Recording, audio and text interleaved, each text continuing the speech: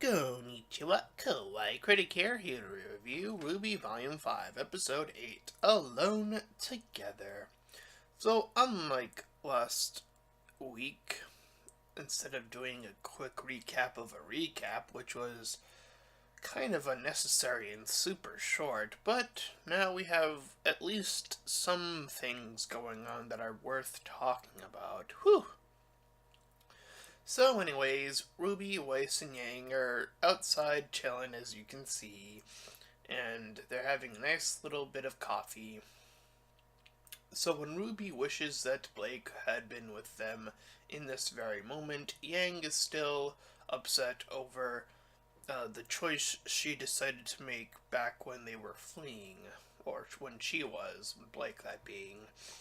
So she leaves, and we then check in on Sun Wukong, and who is also checking in on Blake, who gets a note from Ilya, and she's going to decide to check on that a little bit later on in the episode. So Weiss checks in with Yang, and they start to talk about the differences between them.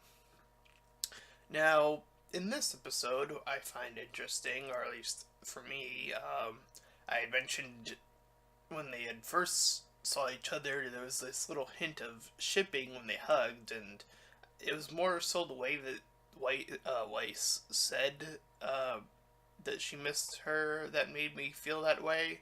I feel like in this episode they almost did it again, except in this episode, in the wording of Yang, it felt like they backpedaled a little bit, just a smidge enough to say, we're not really gonna make them a couple, so whatever.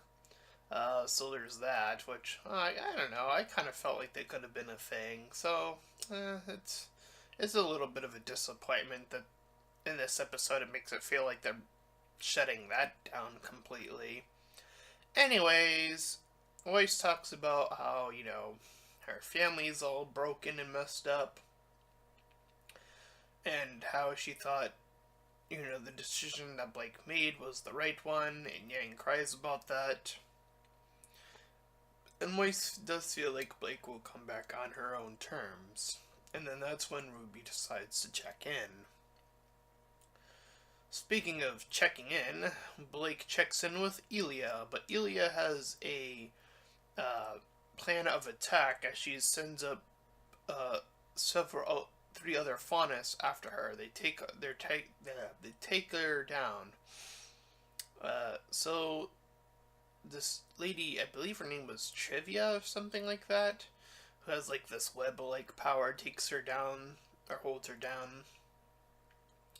Ilya says she's sorry, but the only way she feels like they're going to accomplish anything to wipe out the hate is to do it with fear.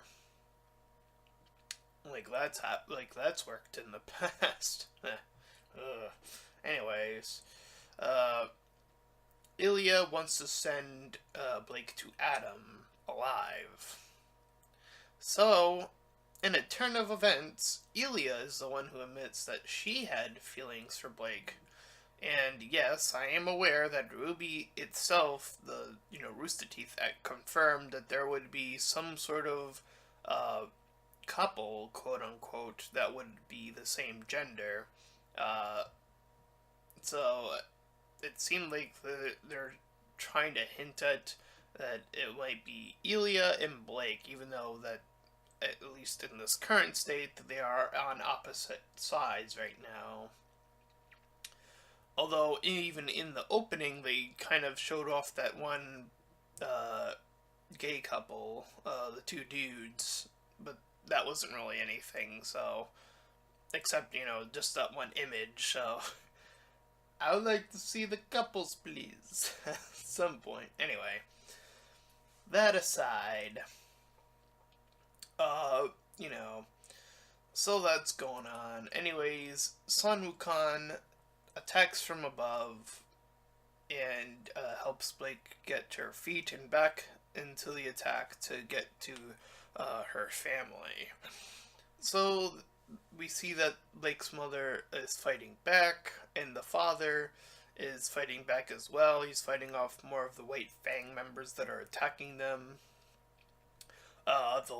Their littler troop guys start to like fall to their deaths. While the two brothers, the ones that we saw in previous episodes, seemingly the more deadlier ones, try to get into that fight. And we see the father unleash his power, and that is the end of this episode. Another cliffhanger, which is, this one feels a little bit more, just a smidge more satisfying because there are actual events happening instead of just recapping what was happening. And yeah, so there is at least that going on, and I have a feeling that we're going to get a lot more of these cliffhangers. I'm still a little disappointed that these episodes have gotten a lot shorter as they have been moving on. The previous one and even in this one, even though, like I said, a little bit more happens, but I'm still disappointed that they're cutting it so short these days. Because, I had my issues with Volume 4, with not every character getting their moments to shine, and I'm starting to feel like that's going to happen again because of these sort of shorter episodes. But that's enough for me reviewing this episode. Stick top, tang tong tori! And if you enjoyed this review, then please feel free to like, comment, and subscribe. And until next time, everyone, bye!